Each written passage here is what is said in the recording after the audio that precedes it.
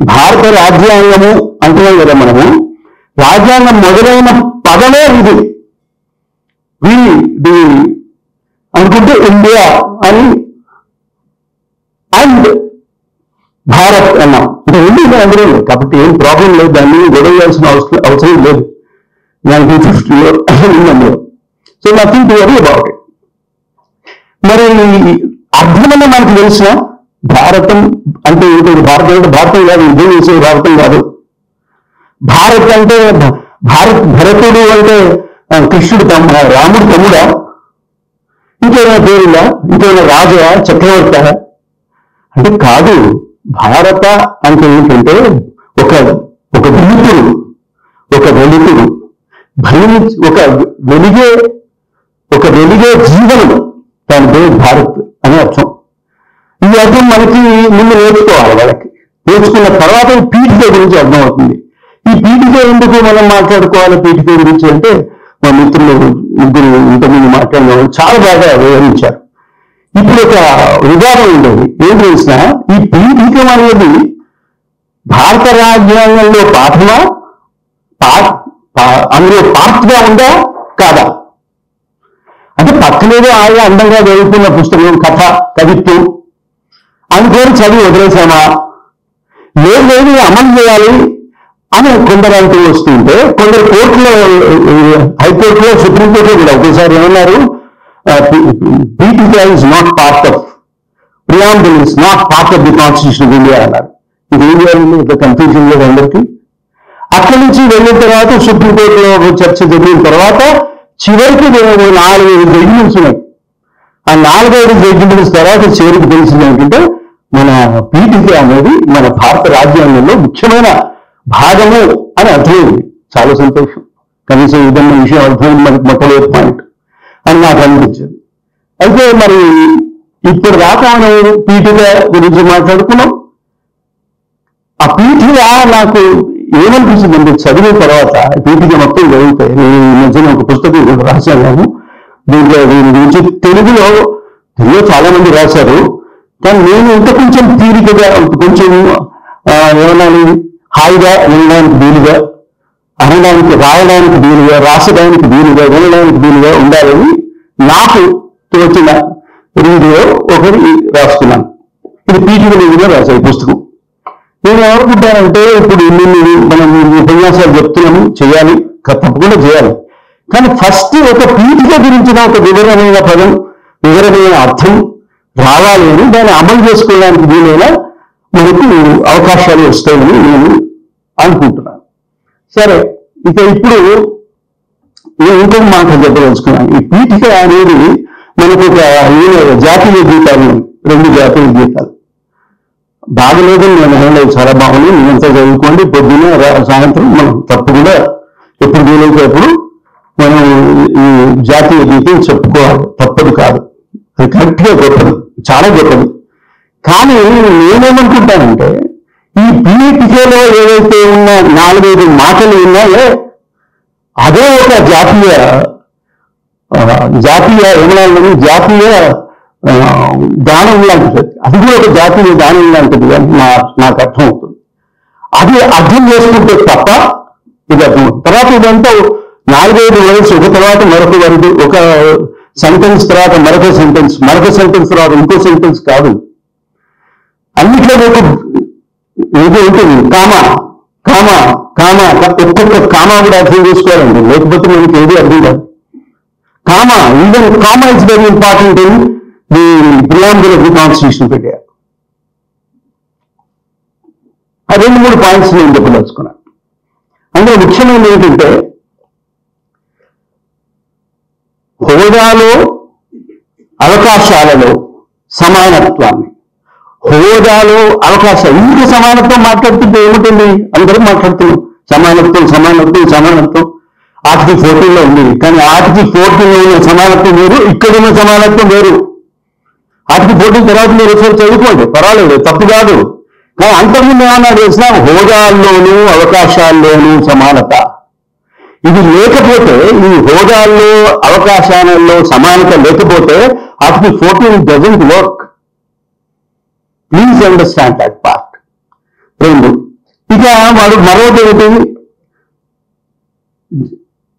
ఆలోచన, భావ ప్రకటన, మత విశ్వాస, ఆరాధన, స్వేచ్ఛ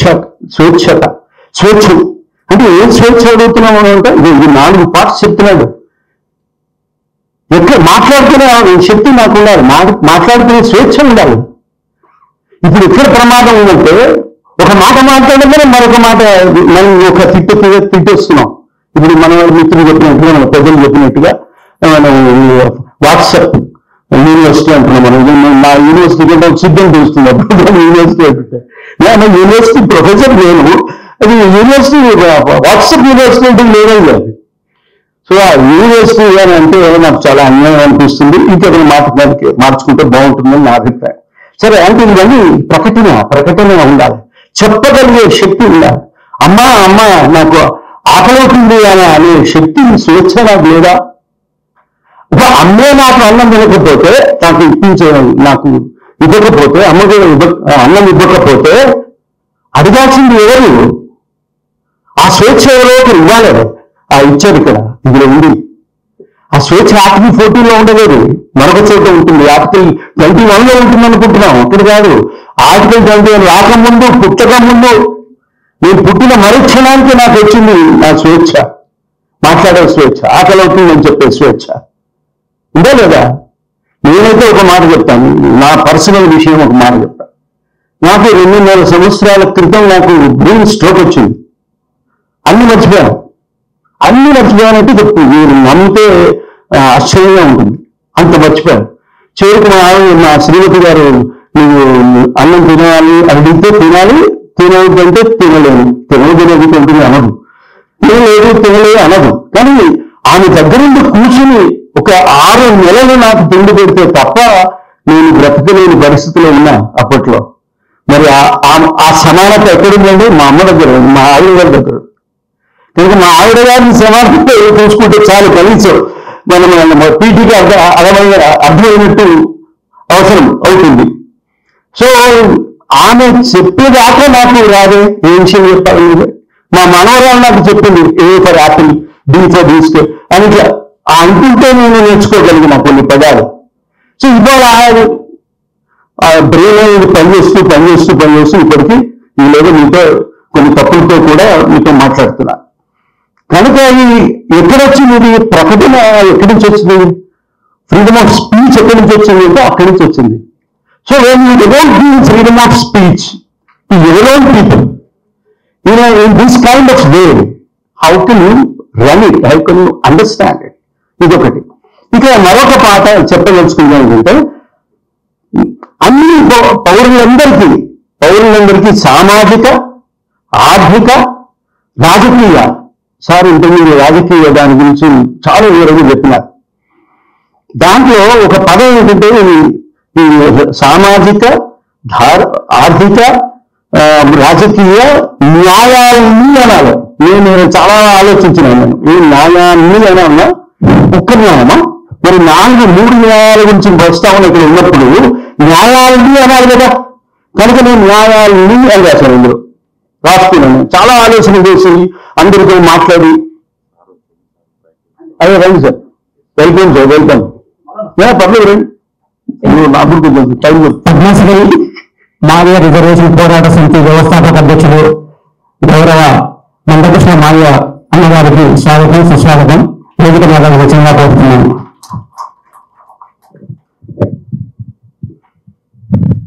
సో ఆయన అన్ని రకాల న్యాయాలు కావాలి అని అడుగుతున్నారు. ఆ న్యాయాల్లో సుప్రీంకోర్టు న్యాయమూర్తి లేదు. సుప్రీంకోర్టు న్యాయం గురించి లేదు, తెలుసా మీకు? మరి న్యాయం సుప్రీంకోర్టులో న్యాయం లేదా అంటే ఉంది, కానీ it's a part of your justice system. అక్కడ ఉండేది అసలు న్యాయం ఎక్కడుందంటే పీఠికలో ఉంది. ఆ పీఠికలో 3 రకాల న్యాయాలు ఇందులో ఉన్నాయి. అది అర్థం చేసుకోవాలని ఈ 4 గురించి చెప్తూ, ఇది ఇంతకుముందు సౌభ్రాతృత్వం గురించి మొత్తం చెప్పారు కనుక నేను మళ్ళీ దానికి సౌభ్రాతృత్వం గురించి మాట్లాడను. ఎందుకంటే మనకు సౌభ్రాతృత్వం అందరూ బ్రదర్స్ కాదు కదా. మరి then somebody will ask the question, is my wife ఇక్కడేసే బ్రదర్ అంటే బ్రదర్ ఇన్లా అంటాం మనం. బ్రదర్ ఇన్లా అంటే లా ప్రకారం, అకార్డింగ్ టు లా మేమంటే సమానమే, అన్నతమ్ములం లాంటి వాళ్ళమే, అన్నదమ్ములమే అని అర్థం చేసుకుంటే సోదరత్వం అనేది అర్థమవుతుంది. ఇంకొక 2-3 పాయింట్స్ చెప్తాం మీకు. మనకి ఇంకొక మాట అందరూ అనుకుంటారు, రాజ్యాంగం తయారు కాకముందు మన వాళ్ళు ఏమన్నారు, అది ఏముందండి రాజ్యాంగం, కొత్తగా రాసిన రాజ్యాంగం ఏముందండి. ఇంతకుముందు 1935 గవర్నమెంట్ ఆఫ్ ఇండియా యాక్ట్ 1934 ఉంది, అక్కడ అందమంతా ఉందండి, ఏం మాట్లాడుతున్నారు అంటారు. వాళ్ళకి నిజంగా ఒక విషయం అర్థం కాదు. ఏంటంటే గవర్నమెంట్ ఆఫ్ ఇండియా 1935లో కొన్ని చాలా అంశాలు ఉన్నాయి, భారత రాజ్యాంగంలో చాలా అంశాలు ఉన్నాయి. పర్వాలేదు, అవన్నీ చెప్పాల్సిన అవసరం లేదు, అవి ఉన్నాయి. అవి మామూలు విషయాలండి, పొద్దున్న రావాలి, చాటం కూర్చోవాలన్నట్టుగా. మీరు ఏదైనా ఈ టైంకి రండి, ఈ టైం ఆ పని చేయండి అన్నట్టుగా అదొక వివరాలనే ఉండేవి. కానీ ఉండవలసిన ఏమున్నాయి, article part 1, part 2, part 3 and part 4 ఇవి లేవు. మొదటి గవర్నమెంట్ ఆఫ్ ఇండియా 1935లో లేవు. కనుక మనం అర్థం చేసుకోవాల్సింది ఏంటంటే, అంతకుముందు ఎవరికీ లేని, అంతకుముందు ఆలోచనకు లేని, అంతకుముందు బ్రిటిష్ వాళ్ళు మనకి చేయని ఒక్క ధర్మ అన్యాయాలలో ఉన్న పాయింట్స్ అన్ని ఇప్పుడు మన రాజ్యాంగంలో ఉన్నాయి. అదే మనం అర్థం చేసుకోవాలి. అందులో ముఖ్యంగా ఇంకొక ముఖ్యమైన చెప్పేసి నేను ముందు చేస్తా. ఏంటంటే మన అంబేద్కర్ గురించి మొత్తం ఈ రాజ్యాంగాన్ని నిర్మించింది ఆయన నా అభిప్రాయం. రచన కాకపోవచ్చు. రచన అంటే ఏమిటండి? రచన అంటే అది నవల, లేకపోతే పుస్తకమా, నాటకమా? రచన అంటే ఏమిటంటే, రచన అనే ఆలోచన వేరు, కానీ నిర్మాణం అనేది అంతకన్నా గొప్పది. ఆ నిర్మాణం చేశారు. ఆ నిర్మాణం అంటే ఏంటో నేను మీకు చెప్పాను. ఒక్కొక్క అక్షరం చర్చించి, ఒక్కొక్క అక్షరం గురించి కొట్లాట అటు మేము ఒప్పుకోం. అలాగే సరే నేను తగ్గిస్తాను, సవరిస్తాను, యాడ్ చేస్తాను, రిమూవ్ చేస్తాను, ఇవన్నీ అనుకున్న తర్వాత ఓడిపోయింది రాజ్యాంగం. కనుక రాజ్యాంగం నిర్మాత కాదా అది నిర్మాణం. ఆ నిర్మాణం జరిగింది. ఆ నిర్మాణం జరిగిన మన రాజ్యాంగంలో article 62 is most important. Sorry, నేను తప్పు చెప్తుంటాను. ఇప్పుడు 32 అన్న right sir, 32 is the most important part of Indian Constitution నా ఉద్దేశం. ఇంకా తప్పని కాదు, 21 గొప్పది, 19 ఇంకా గొప్పది, అవన్నీ సరే కాదని నేను అనలే. కానీ ఒక్కొక్క రాజ్యాంగానికి గురించిన అన్ని హక్కులను అమలు చేసే ఒకే ఒక అవకాశం సుప్రీంకోర్టుకి స్ట్రైట్ గా అక్కడికి పోయే అవకాశం ఇచ్చింది ఆర్టికల్ 32. కనుక ఈ ఆర్టికల్ 32ను సృష్టించిన ఆ మహానుభావుడు అంబేద్కర్. ఆ అంబేద్కర్ని మర్చిపోవడానికి వీళ్ళను. అక్కడ ఇందులో రాజ్యాంగంలో నిర్మాత, ఇందులో మాత్రం ఆయన రచయిత. అంటే ఇది ఒక్క అద్భుతమైన part of the constitution of India. అందులో ఒక పాయింట్ చెప్పేసి నేను వదిలేస్తాను. ఇప్పుడు మనకి ఎన్ని మాట్లాడినా ఈ ఎన్నికలు జరుగుతున్నాయి, ఈ డబ్బులు ఖర్చు చేస్తే తప్ప మనం గెలుస్తాము అనే విషయాలకు మాట్లాడాం. నేను ఒక ప్రాబ్లం మన ముందున్న ఒక పెద్ద ప్రాబ్లం ఏంటంటే ఈ bonds, electoral bonds. The most serious problem that we all should think about it and we are not thinking about it. I'm very sorry to say that. ఏంటది? సుప్రీంకోర్టు స్పష్టంగా చెప్పింది.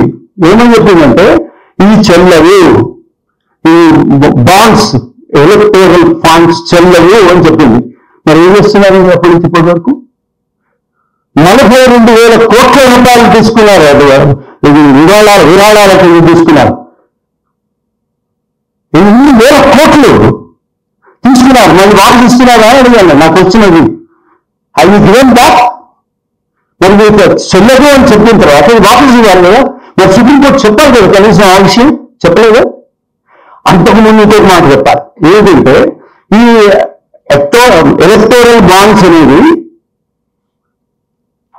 ఎలక్షన్ కమిషన్ కూడా ఒప్పుకోలేదు. ఇది కరెక్ట్ కాదని చెప్పింది.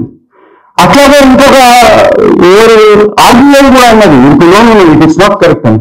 మరి అటువంటి చట్టాన్ని తీసుకొచ్చి, అటువంటి చట్టం కాదు, అటువంటి స్కీమ్ అంటది. ఏం స్కీమ్ అంటే ఆ స్కీమ్ తీసుకొచ్చారు. మరి ఇది దీన్ని క్వశ్చన్ చేసే అవకాశం 32 కింద, ఆర్టికల్ 32 కింద సుప్రీంకోర్టు ద్వారా ఉంది. కానీ మనం చేస్తున్నామో చేయట్లేదా? మనం ఏమని చేస్తున్నాం?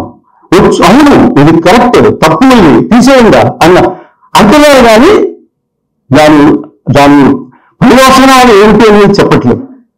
ఇది చాలా దారుణం, ఇది మనం ఊహించలేదు. అంటే దానికి చెప్పాల్సిన అంశం ఏంటంటే రాజ్యాంగం మంచిది, రాజ్యాంగం గొప్పది, రాజ్యాంగం అందంగా ఉంది, రాజ్యాంగం అర్థం కూడా అవుతున్నది, కొంచెం చదివితే అర్థమవుతున్నది అది కూడా.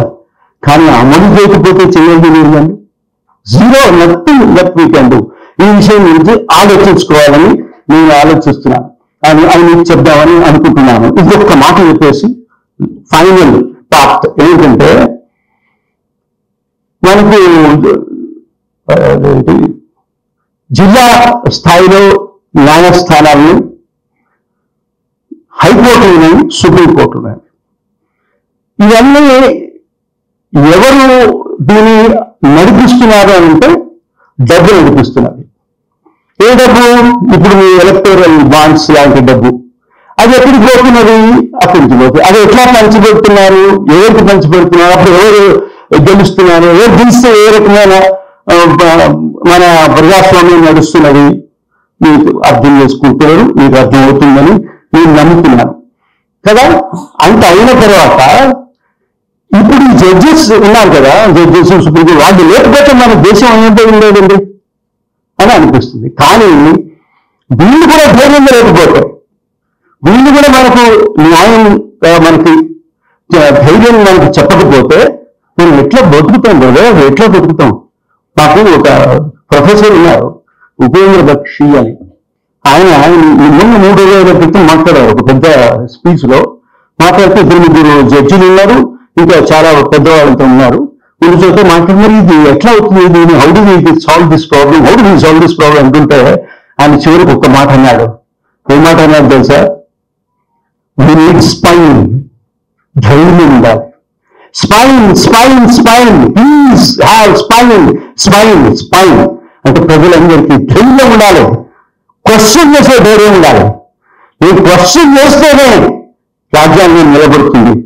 రాజ్యాంగంలో కూడా అడిగే అవకాశం ఉంటేనే ఈ ప్రజాస్వామ్యం ఉంటుంది, ప్రభుత్వం కూడా అప్పుడు ఉంటుంది. లేకపోతే ఉన్నా లేకపోయినా ఒకటే spine that is what important. Thank you very much.